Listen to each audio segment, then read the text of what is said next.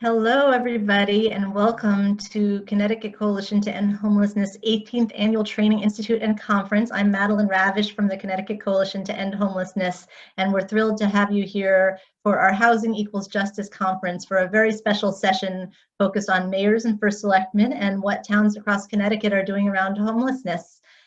So a little bit about the conference to begin with. This is the Housing Equals Justice Conference, where we have brought together people from all around the state and even around the country to look at issues like criminal justice, racial justice, and economic justice as they relate to homelessness, and looking at some high-level issues as well as really practical day-to-day, what we can do about issues, even coming down to COVID and its impact on towns and cities across the state and homelessness in our communities. So it's been great. We've had over 1,000 people register.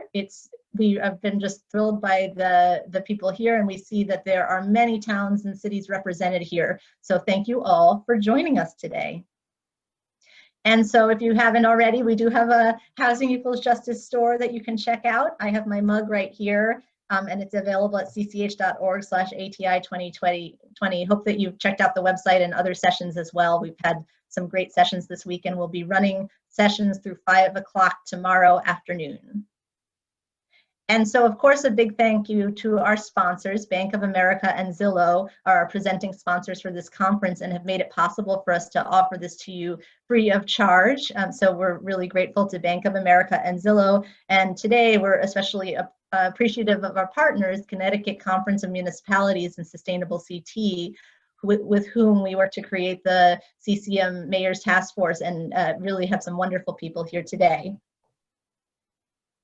And with that, I'd like to introduce our speakers today, our panelists, although we have more panelists in the room. And just a quick note on this, if you are just joining and are a mayor or first selectman of a town or city, we will come back to you a little bit later on after a few introductory remarks by each of the people you see on the screen.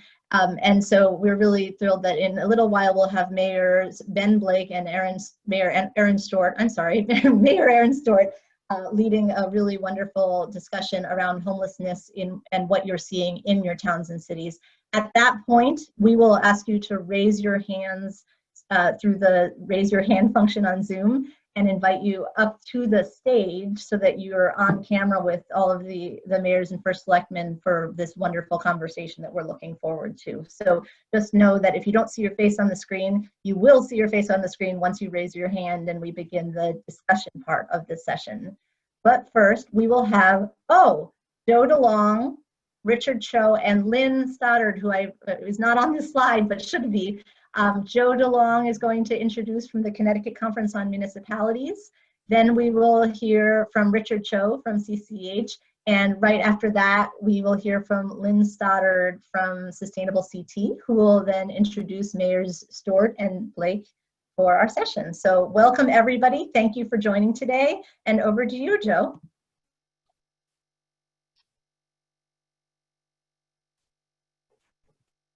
Hey. Thank you, Madeline, so much, and congratulations to you and Richard and others for putting on already such a great conference on an amazing and incredibly important topic to our communities. My name again is Joe Delong. I'm the Executive Director and CEO of the Connecticut Conference of Municipalities, and on behalf of all of our member municipalities across the state, it's a privilege of ours to be partners with CCEH as well as Sustainable CT in putting on today's webinar. In a moment, obviously, as Madeline reflected, you're going to hear from two of our great municipal mayors who are part of this task force that is working, the Mayor's Task Force to eradicate homelessness. But I want to talk just very, very briefly about why this was so important to CCM. As an organization, we are typically engaged in things like local and sometimes federal advocacy at the State House. We handle research requests and provide a variety of support services to our towns and cities. We do a lot of data type of work. We do a lot of workshops and other types of training. But internally, within the staff that works for this organization, why people work here is because they want to make a tangible difference in the communities in which we serve. They want their work to matter. And ultimately, the people in this organization across the board, they want to go home every day knowing that they've done something to help people. And I don't believe that there's any area that we could focus on more in our communities than supporting groups like CCEH, and not only working to, we use the word eradicate homelessness, but not only ending homelessness, but also restoring hope, restoring opportunities to our friends and neighbors and the people that our children go to school with. And I'm sure there's probably some people on here today that have even experienced homelessness, and that's why they've gotten into this work. So ending, any type of stigma around it and being able to restore hope and opportunity is why we wanted to do this work and want to continue to engage in it. So what we look forward to is there being best practices, somewhat of a municipal toolkit that's put together under the leadership and guidance, particularly of the two outstanding mayors you're going to hear from later today, so we can attack this problem or meet this challenge collectively, all working from the same playbook across the state of Connecticut. So with that being said, it's my privilege to kick it over to my friend and someone who's doing incredible work in this area, the CEO of CCEH, Richard Cho. Thank you so much, Joe, for that really, frankly, generous introduction. And I think it just shows what a great partnership that we have with the Connecticut Conference of Municipalities. So, Joe, thank you so much for your partnership. As many of you know, we're a coalition. We represent about 100 members across the state.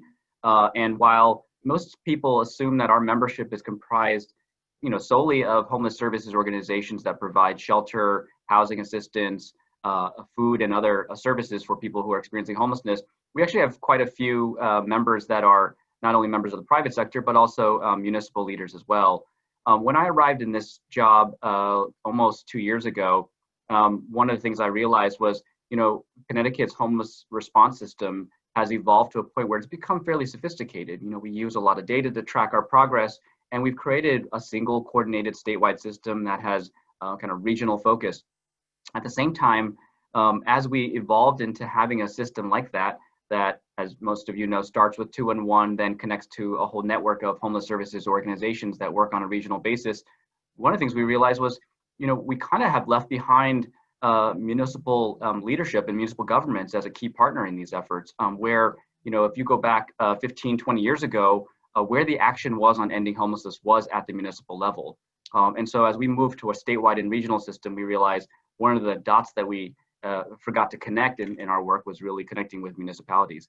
I had a chance early on to go visit with a number of towns and cities across Connecticut and realized how much momentum and efforts that were already taking place at the municipal level. And in many ways, where staff who worked in municipalities felt like they were the true front lines of hearing about issues from their constituents, of people seeking assistance. They're who concerned citizens will call when they see people experiencing homelessness who may be panhandling or encampments. And they are also the ones who, in the cold winter months, when we have urgent need to try to bring people inside from outside the elements, municipalities are really where the buck stops of trying to provide warming centers and places where people can come inside. And so we realized not only how much momentum and interest and passion there was at the municipal level for efforts to tackle homelessness, but also how much municipalities were already engaged in this work. And so we decided that we needed to actually take a more intentional effort to engage with municipalities and help them create a platform for sharing best practices and promising lessons of what's already happening at the municipal level, but also create a framework for thinking about what's the role of municipalities within a regional and statewide system, and how can municipalities support and also be supported by the coordinated access network system that we've created. So the first place that we went was to Connecticut Conference of Municipalities, given their role in convening towns and cities across the state and providing support to municipal leaders. And we talked with Joe and his team about, what are the things that we could do collectively to provide that support. And we described an idea about, could we create a movement where municipal leaders both signal that and raise their hands saying, we are going to take stronger efforts on tackling homelessness, and at the same time provide a kind of framework for how to understand what the actions that can be taken, what are best practices, and frankly, for us to be able to celebrate when towns and cities take on those best practices. And Joe said, you know, you really should hear about this thing called Sustainable CT. And that's really what led us to partner with Sustainable CT and really think about, and as we learned about Sustainable CT's framework, they had already created a structure for how municipal leaders can participate in a comprehensive initiative, as well as provide clear guidance on what the actions that they could take, and a system for recognizing when towns and cities take those great actions, as well as provide a platform for that kind of cross municipal sharing. And so really excited that we've been able to partner with CCM and Sustainable CT, and then frankly to work with them to launch the task force that you'll hear about today under the leadership of Mayor Ben Blake of Milford and Mayor Erin Stewart of New Britain, who I think represent two of the best examples of municipal leadership in this issue of homelessness. And so with that, I'll turn to Lynn Stoddard, who is the Executive Director of the Institute for Sustainable Energy at Eastern Connecticut State University, where the Sustainable CT initiative is situated. And I'll let Lynn talk a little bit more about Sustainable CT and the framework and how we've adapted this to also support our municipal efforts to support efforts to end homelessness. So Lynn, please take it away. Great. Thanks, Richard, and thanks, Joe. Eager to be with you today, and it's great to be working in partnership. So Sustainable CT is a program that was launched almost 3 years ago, and it's basically a broad framework of best practices for towns in sustainability actions, tools and resources and fundings to help towns implement those actions, and then a recognition and celebration of what towns have done through certification. We currently have 112 of Connecticut's 169 municipalities participating in the program. That represents about 80% of our state's population. And 48 of our towns and cities have earned certification, which is not an easy lift. They have to demonstrate action across a broad range of sustainability actions and a threshold of points to achieve certification. So we're really proud of all those towns. And I will mention that both New Britain and Milford are bronze certified. So as we introduce those mayors later, they've been demonstrating a lot of leadership on sustainability. Collectively, those towns have successfully implemented over 1,500 sustainability actions. And in the past year, Sustainable CT has invested almost $1 million in community-led sustainability projects in our towns and cities. That's through our community match fund, where about half of that money is invested through crowdfunding by local residents and small businesses, and the other half, about $500,000, has come as a match from Sustainable CT. So it's a great resource, and we'd love to work with any of you on that. So Sustainable CT, sometimes people think it's just about the environment when they think about sustainability. We really think about what makes a town a great place to live. And so we have a very broad definition. In order to achieve certification, towns have to show that they've done things in multiple categories that include a demonstration of actions to promote thriving economies, cleaner transportation, diverse and affordable housing, arts and culture, as well as some of the more traditional things like renewable energy and land stewardship. So as we started this discussion about homelessness prevention, it became very clear that this is a really important issue for all of our communities to embrace, and that adding some actions and best practices and support tools around prevention of homelessness would be a great addition to continuing to build inclusive, resilient, and thriving communities. So we are really excited about this partnership. As with our other sustainability areas and actions, we rely on partners with expertise in the areas such as homelessness, housing, transportation, and so on. And so we really weave together great programs and resources available throughout Connecticut to help all of our towns and cities. So that's the background on Sustainable CT. It's a growing platform, so we're constantly adding new actions and changing it up to respond to what we're hearing from you, our towns, and making it relevant to the current situation. So we'll be launching a bunch of new actions for our 2021 certification cycle and integrating the homelessness prevention actions there. All right, so now it's my pleasure to turn it over to Mayors Blake and Stewart, who've been co-chairing CCM's task force to end homelessness, and we'll let you guys take it away. Thanks so much, Lynn.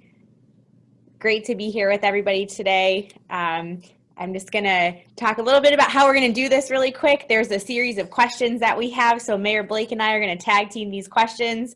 Right, Mayor? Absolutely. So I think you're gonna lead it off with starting us in the conversation. We have a series of things that we'd like to talk about.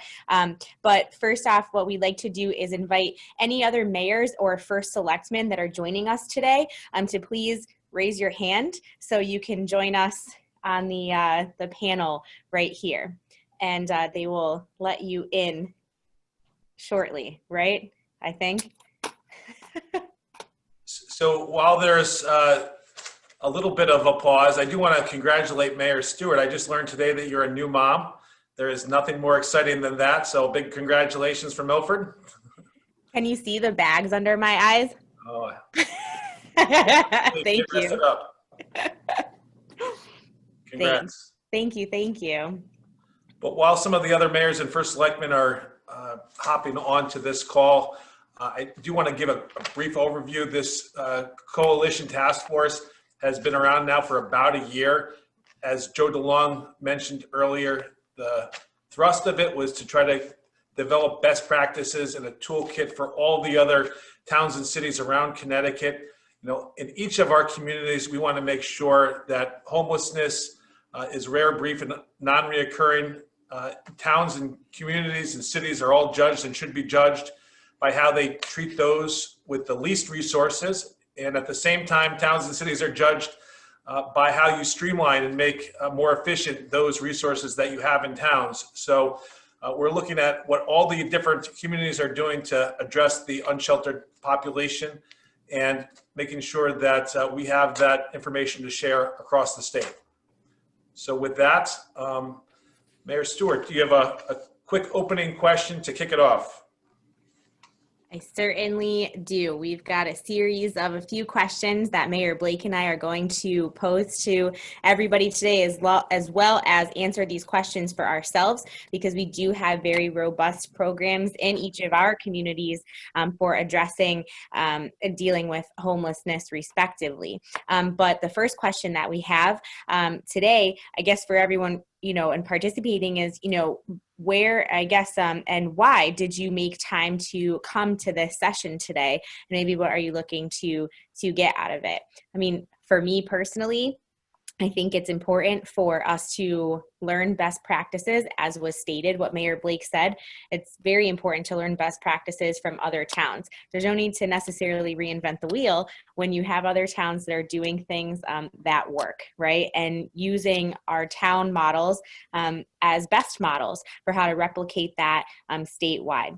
For me, I started working on the homelessness initiative when I first became mayor in 2013. I kind of picked back up where we had left off.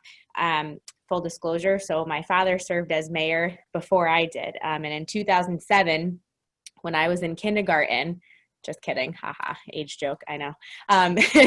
He started what was called the Mayor's 10-year plan to end homelessness. At the time, it was, you know, that was where the federal, where that was all the money was going, right? But it kind of fell off after time, and no one really picked back up. And we started to see our homeless numbers increase and increase in the city of New Britain. So we picked that back up, dusted the plan off the shelf, created what we now call Building Hope Together, which is the City of New Britain's permanent work plan to end homelessness. That coincided with the creation of all of our coordinated access networks, which threw everybody for a loop, whoever had their existing homeless plans at the time. But it was great because it allowed for these expanded collaborations regionally. So Building Hope really grew and got a lot of additional tentacles tentacles, if you will, with many other partnership towns. And today we have this really great network of all of our service providers in the central Connecticut area. One thing that I've been excited about being a part of this task force is to learn and grow and figure out what can I bring back to our committee that other towns and municipalities are doing. So that's what I hope to get out of today. Mayor Blake. So in Milford is the small city with a big heart. It's more than just a slogan, it's a way of life for us. We've always had a robust social safety network. But in terms of the unsheltered population, about 2 years ago, we formed a new task force, which we entitled Human. Homelessness, unsheltered, multi-agency network. It brought all of those different groups together from our shelter, our police force, our social service agencies, as well as representatives from the CAN, so that we could tackle the issue in one holistic fashion, as opposed to having each different agency do it piecemeal. And it's made a huge difference for us, because everybody's on the same page, everybody is sharing the same information and addressing the issue together as opposed to separately. So that is one thing that we want to share with other communities, and we're happy to do that. But we would like to hear from you. I know that there are some technical difficulties that folks have been experiencing. If you do have the ability to raise your hand virtually, please do this. And if you don't, you could actually put on your camera and physically raise your hand up in the air like that as well. I know we have Elaine with us from Westport Human Services. Elaine, how about you? How come you're with us today? Hi, everyone. Thanks for having me. I am actually representing First Selectman Murphy today. And I am fortunate to have the wonderful agency Homes with Hope in our community. One of the few, I think, small towns that have a full shelter environment and the breadth of programs that they have. So, you know, homelessness is an issue in some of our small towns that people don't often think about.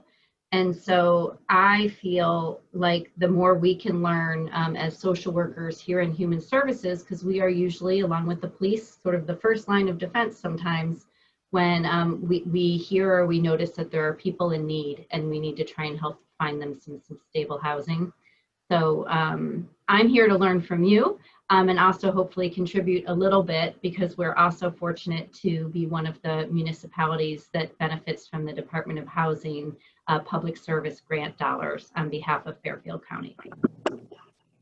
Thanks, Elaine. And then also with us today, we have Sandra, the first select woman of Bolton, right? Did I get that right? Here you are. Hi. That's correct, Mayor Stewart.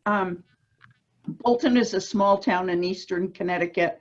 We're about 13 miles directly east from Hartford. We have a small known homeless population that is well identified with our social services group. My fear is that we will have a growing homeless population as we start to come out of the rent holidays, and many of our residents are no longer able to stay in their existing rental situation. So I'm here to learn about that and to learn what others are doing, and hopefully be able to put some steps in place to forego any tragedies. Great. Mayor Blake? We heard a little bit about how homelessness is affecting a couple of the municipalities, both in Western Connecticut and Eastern Connecticut. But the next question that we have is, what are you seeing in terms of street homelessness, family homelessness, youth homelessness in your community and in your region? So I was going to open it up for further discussion in regard to that inquiry. So I can kind of start off on that with what I'm seeing in the city of New Britain and what we're dealing with here currently. I have to concur about, you know, the worry about the impact of additional people becoming homeless once, you know, these, I'll say, you know, people are going to have to start paying their rents again, right? And they may be out of work. And we've tried to take and some serious effort, make some serious efforts here in the city of New Britain with our CARES Act money to try to mitigate that. We've hired a professional eviction and foreclosure mediator to specifically deal with a lot of these problems. We hired this individual actually as a temporary city employee out of the City of New Britain's Community Services Department. And this individual is going to work specifically with landlords and the tenants that we're dealing with who are worried about losing their homes. She has a queue of about 20 some odd cases right now already. But it's also been productive too. We've been able to prevent a lot of people from losing those apartments. So I can only foresee that growing and the need getting much larger for that as we move forward. As far as, you know, seeing homeless individuals on the streets, and I'm looking out to my right here, looking at Central Park, which always, you know, historically has been a gathering place for individuals who are homeless.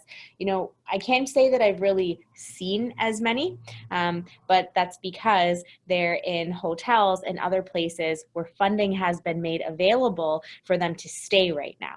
Once that funding runs out, I'm not sure how much of an increase we're going to see, but I'm sure it's going to be a hefty number.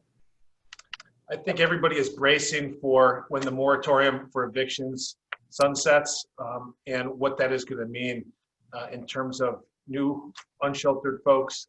I also agree with you that there has been a diminished number of unsheltered folks in our community. One of the things I know that's happening is folks that really did reside in a particular community, whether it's Milford or New Britain, there's been some shifting because depending on where hotels and motels were available. I know that, you know, there are folks that were housed out of the Bridgeport, Greater Bridgeport can that are now being housed in a hotel in Milford, and some of the folks in our can are now being housed in a separate area up Route 8.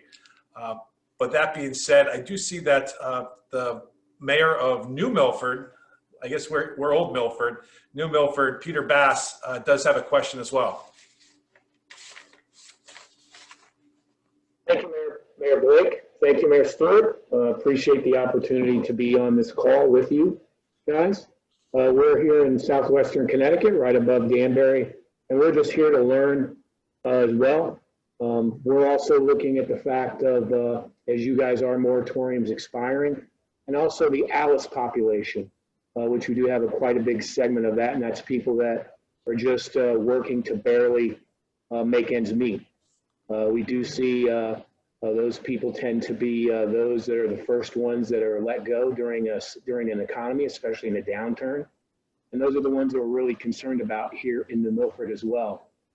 One of the things that we proactively have done is we added with the good graciousness of our, town council, is a new position housed within our police department, which is a community care coordinator. So that person is boots on the ground right away when we find someone that is homeless to go and try and get the services immediately.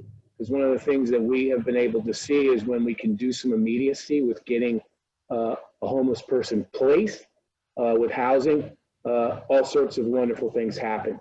They have a little more pride in what they can do and accomplish.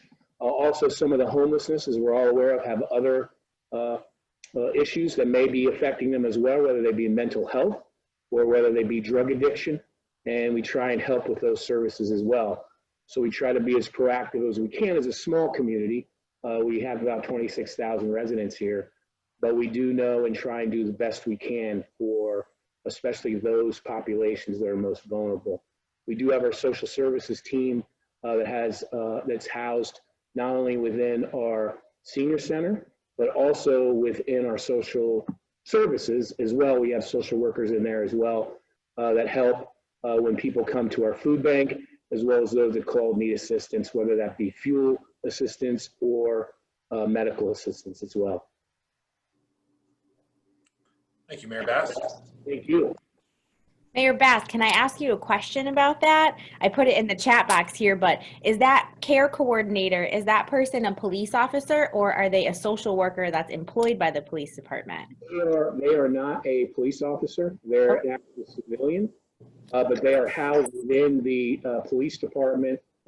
We did it in that respect for a couple of reasons. One is most of the time our police departments are first on scene, so the communication would be more instantaneous with our community care coordinator through communications with the police as they're first on scene. And second, on top of that is they can also help with the rest of the first responders and all the rest of the communication. So we thought that would be a better fit. And it seems to be working very, very well so far. That's great. I think if any other of our Elaine or Sandra want to chime in. Just to add, what Sandra said is really interesting. In some of the smaller communities, we do have our known homeless population. So individuals that I've known, I grew up in town for years, and whom are very much a part of our community and part of the fabric of who we are. So that is interesting. For me, what I see the most are individuals who are rather transient, who are utilizing the Post Road corridor to go from place to place. In order to, have their needs met. They might go to our neighboring city of Norwalk for one thing. They might stop in Westport because we have an amazing food pantry and a place for them to come and have a hot meal. Things have changed a lot since COVID has begun. I agree too that we're seeing less people out in the street, people that we would ordinarily see just out and about in our community because they have been placed in hotels and surrounding communities. But again, I will go back to the amazing supports that we have. Often it's the police and human services that get the calls of concern, mostly from other residents who say, I'm really worried about this individual, what can we do to help? And people not always understanding that it's not a police issue, it's not illegal to be living in the streets or to not have a home to go home to. So we really have to do a lot of education for people that just get uncomfortable and want to help but don't know how to. So we often will work with the social workers at Homes with Hope to address those issues. It's been really effective utilizing the CAN system. So I guess I have a question for either the first selectman of Bolton or for our Westport Human Services for Elaine. Are either of your communities doing anything to help with education to kind of combat against the stigma of homelessness? I'm not sure I understand your question. In our community, we have several single individuals who have chosen to make their home in some of our more rural areas where there are no nearby neighbors. They're abutting privately owned property, abutting state parks, and they're very reclusive for the most part. So everybody knows them, everybody waves to them when they walk down the street carrying their pack or their groceries or whatever it is. We don't believe any of these individuals are indigent. We believe that this is their chosen lifestyle. But my concern is that there are many families in town living right on the fringe, and we could easily go from having 3 individuals who are doing this sort of choice as opposed to a multitude of people who are doing it out of necessity, and we've never had to deal with that before.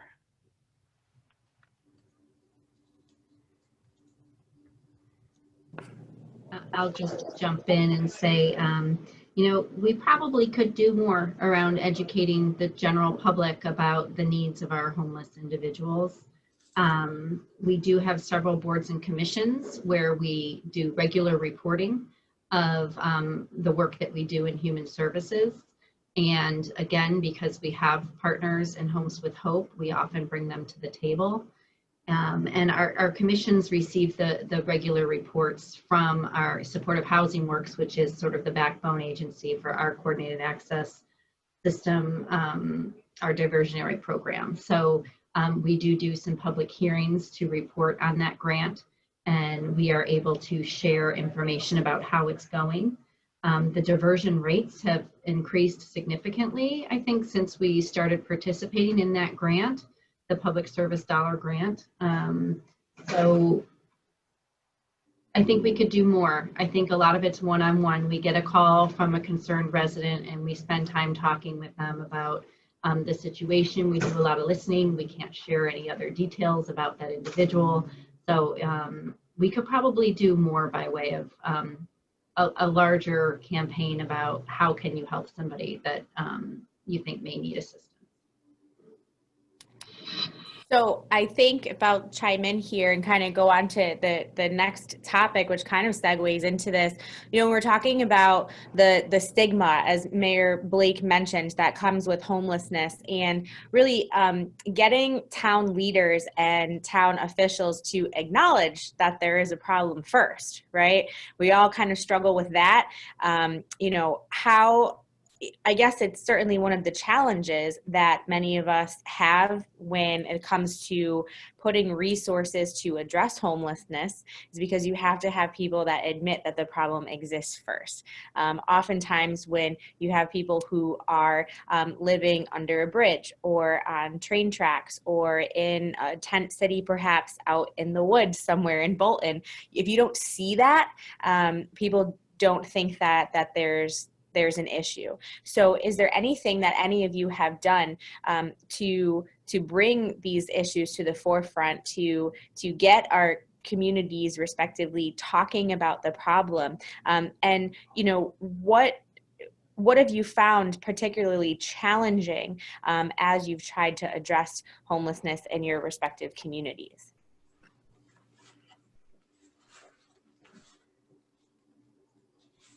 Don't all jump at once. Well, I guess I can kind of expand a little bit more on that too. The challenge for me, I think, is always getting people to prioritize homelessness. And if you're not seeing it, it doesn't exist. And when you have, limited resources, I think, oftentimes leaders are more apt to want to put them in, other areas that unfortunately don't fall underneath the Health and Human Services kind of umbrella. So one of the things that I found to be extremely helpful is dealing with our local City of New Britain's Building Hope Together permanent work plan to end homelessness, is to really start to highlight and kind of put a face to homelessness in our community and show individuals, whether it's through social media or different articles that our local newspaper has written, how homelessness can impact you. And it's not exactly, what you think that it looks like. Oftentimes, and most recently, it's hardworking, middle-class, blue-collar individuals who have lost their jobs, especially with coronavirus, who are couch surfing and living with family members now because they can't afford it. So putting a face to it, I found, has been really, really helpful, in finding people who are willing to talk about the problem has been extremely, extremely helpful. Another thing that we've started to do in the City of New Britain is talk about merging our homeless initiatives with our other initiatives in town that revolve around opioid and substance abuse addiction, and our local prevention council dealing with our youth and preventing them from getting into kind of drugs and alcohol. It all kind of falls underneath this very similar umbrella. And so we're just embarking on plans now to take our homeless plan and roll it into one big organization, and we're looking at calling it New Britain Recovers, and having them have different subsects underneath that New Britain Recovers umbrella, so that we're talking about all of these issues in our community together and having these resources that are all available in one place. I know I've totally gone like in a million different places here, but I mean, I guess the question for all of you is, what support do you need in your community in order to do more for impacting homelessness? So in Milford, just to dovetail off of what Mayor Stewart said, in Milford, we had an increase in the unsheltered population utilizing highly utilized community areas, our ball fields, our library, and congregated in areas that had a lot of traffic. And that pushed us to come up with new ways to help those folks that needed additional resources, and it forced us to really take a multidisciplinary approach in bringing a whole bunch of agencies that weren't necessarily working together to solve this problem and provide better assistance, more assistance to folks that really needed it. And I think that the more we connected each of the various agencies, the better we were with providing the right resources for these individuals. And it's a constant struggle, just because of the transient nature that's been mentioned before, that new populations move in each and every day, and we have to start from scratch. But because we have that framework and that structure, it is easier to make sure that we have a good accounting and what resources have already been provided, what help. One more critical piece of help for this vulnerable population is mental health. We have some good mental health resources in our town through Bridges, through our human services agency, as well as some other groups that have mental health clinicians that do assist us.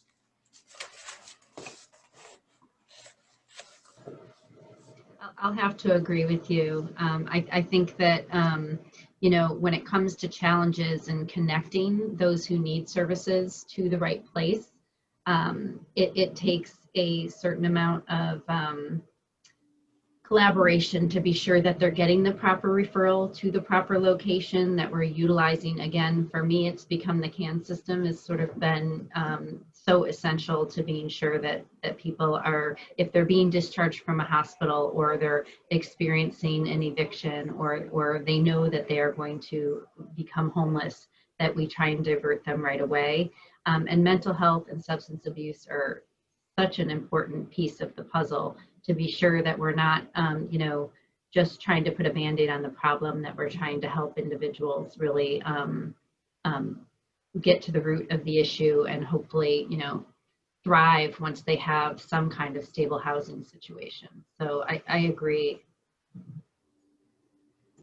So we've talked about some of the issues that we've addressed locally, and I think that everybody has hinted to the fact that additional work can be done, but with additional work, we may need more support.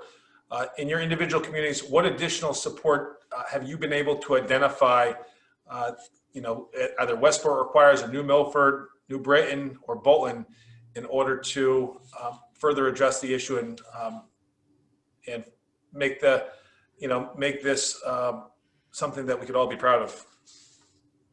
I think in Bolton, our challenge is going to be, because we are just under 5,000 people, we're going to need to partner with either another town or an agency to help battle that. And right now, we do not have those connections. We need to get them in place.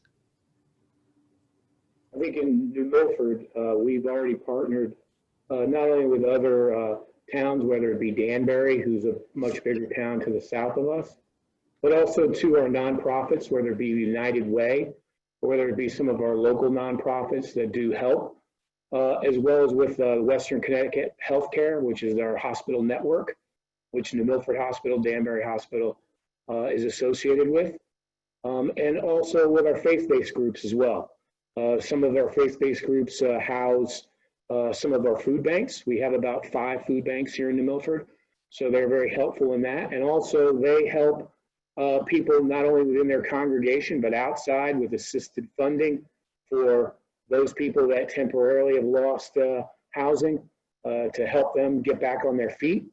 And that's kind of a short-term process that we're looking at. And then midterm, we're looking at a kind of expanding our budget and looking for other assistance, whether it's federal or state, to help us with that.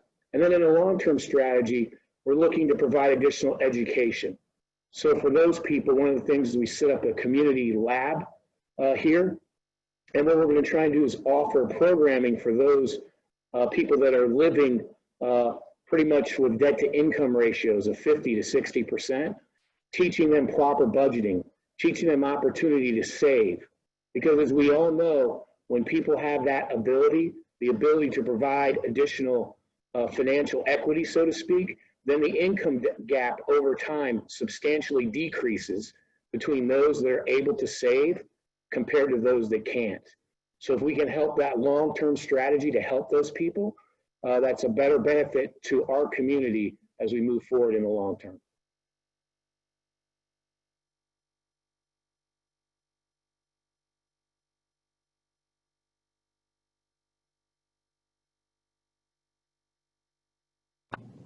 I'll come right out and say it. Money. Right? I mean, that would make things a lot easier because we could add additional shelter beds in places. We could get partnerships a lot more easily with a lot of our nonprofit service providers. Right now, you know, the city of New Britain, we're asking for as many favors as possible. And, you know, you can only get so far. So if we're, you know, here anticipating that we're going to be about, you know, 50 to 60 shelter beds below what our need is going to be this winter, we are looking for every resource imaginable. And, you know, money would certainly incentivize other organizations to step on up and do it. But, you know, you can't get everything that you want. So you got to find other ways to go around that and creatively come up with other solutions, which we're working on. Do we have all the answers? No. Will we ever? Probably not. But if that were the case, then we certainly wouldn't be here on this call today. And Richard wouldn't have a job. And we don't want that. Right, Richard? I think he's going to say that he wants to be Homelessness and have a different job at some point. So I guess if the state was to have a money tree that we could shake, would you like the money to be distributed town specific or regionally through the cans? I know that towns like Bolton share a lot of the same resources as their neighbors to the east and west and north and south, as does Milford and New Britain and Westport and New Milford. You know, this is one of those regional issues. It's not necessarily town specific because of the transient nature of the folks that we're dealing with. So how do you folks think that the money should be allocated?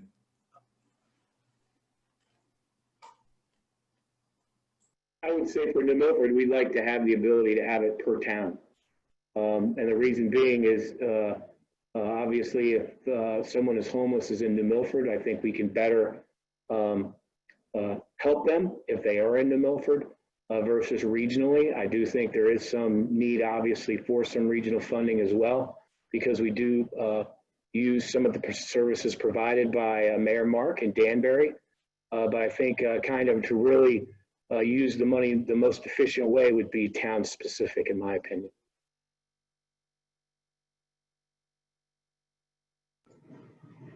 That's a really tough question, actually.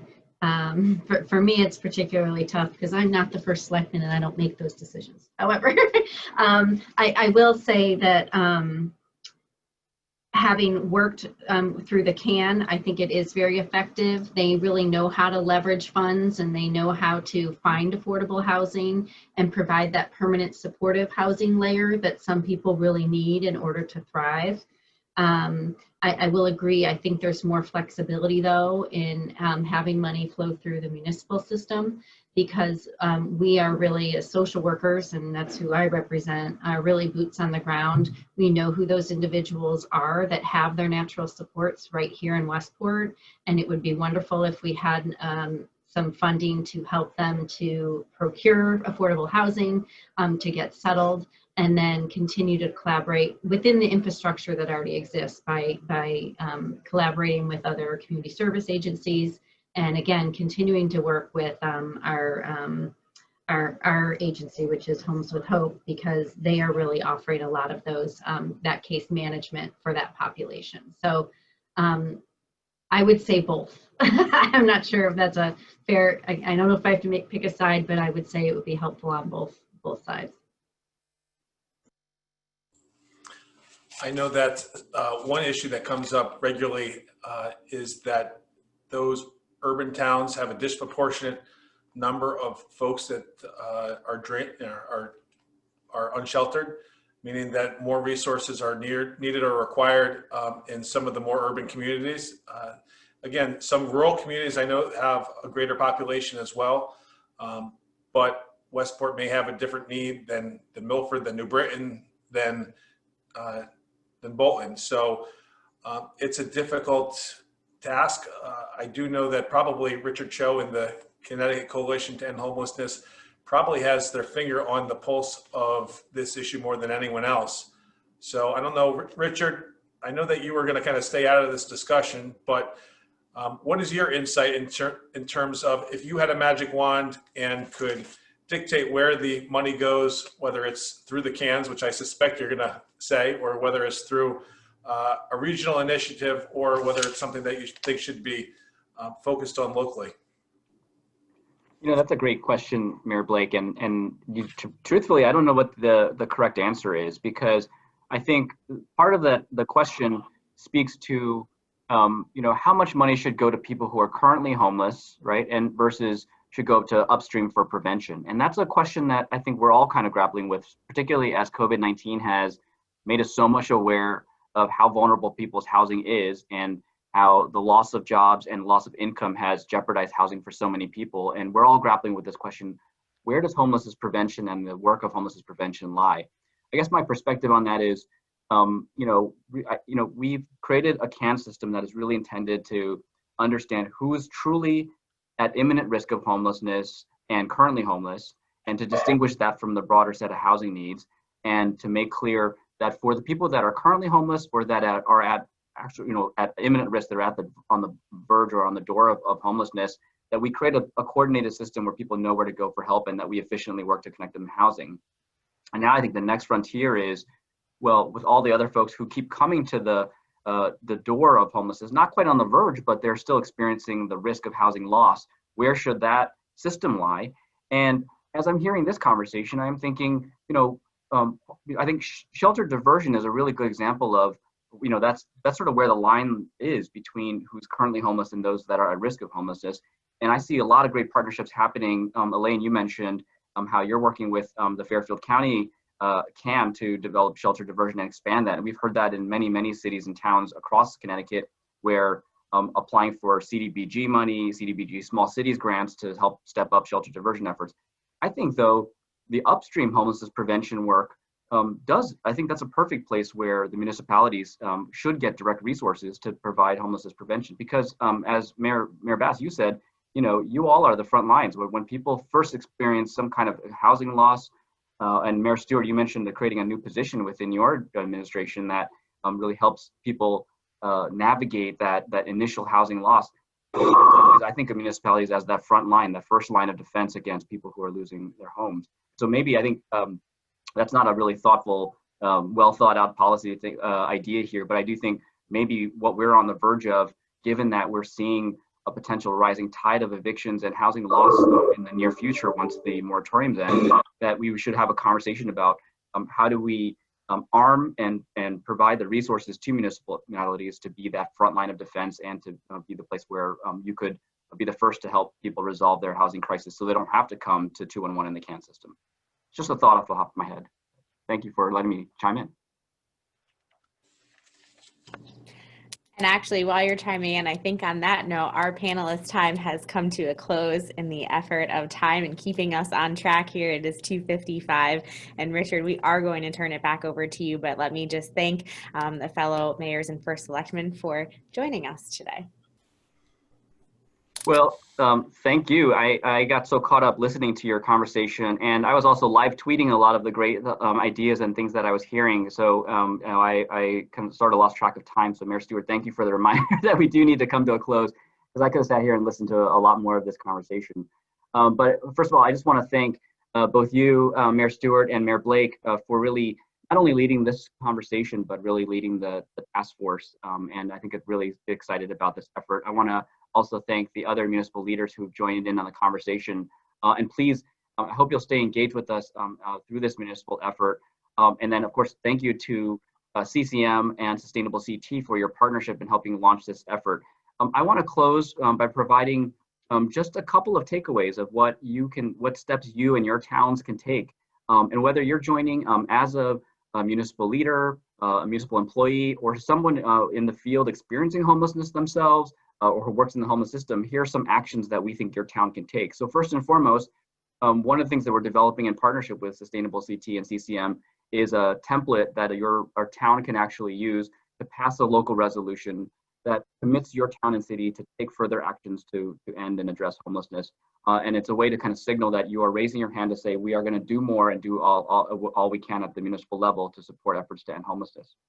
Second, really, you know, a lot of what we've heard about as these great examples of what can happen at the town and city level is really where kind of the first step that a lot of mayors, first select people can take is to establish a point person or even a team within your town that can be designated to help think about the specific actions that your town can take. As Mayor Blake said, you know, it often takes a team, and I really love the name of that task force, Mayor Blake, Human, and I think it takes people at the municipal level, and also to recognize that people experiencing homelessness are humans. But again, having that point person within your town to go over the set of actions you can take. Number three is to hold a town hall. These days, I guess we'd have to do that virtually, but to do a virtual town hall. November is National Hunger and Homelessness Awareness Week. Sorry, that slide should say Hunger and Homelessness Awareness Week. And November might be a really good time to convene at your local level a conversation with people within your towns and cities that are experiencing homelessness or housing loss, or who may just have questions about how that system works.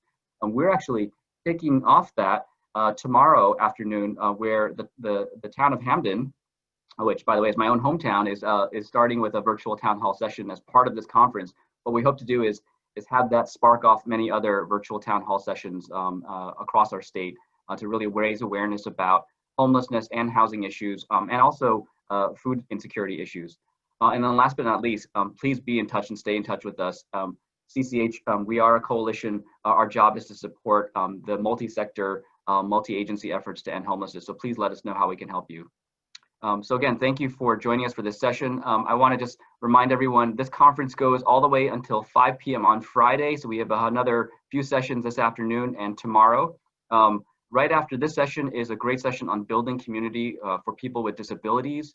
Really a topic that's near and dear to my heart as someone who really believes that people with disabilities need to have their rights respected and upheld.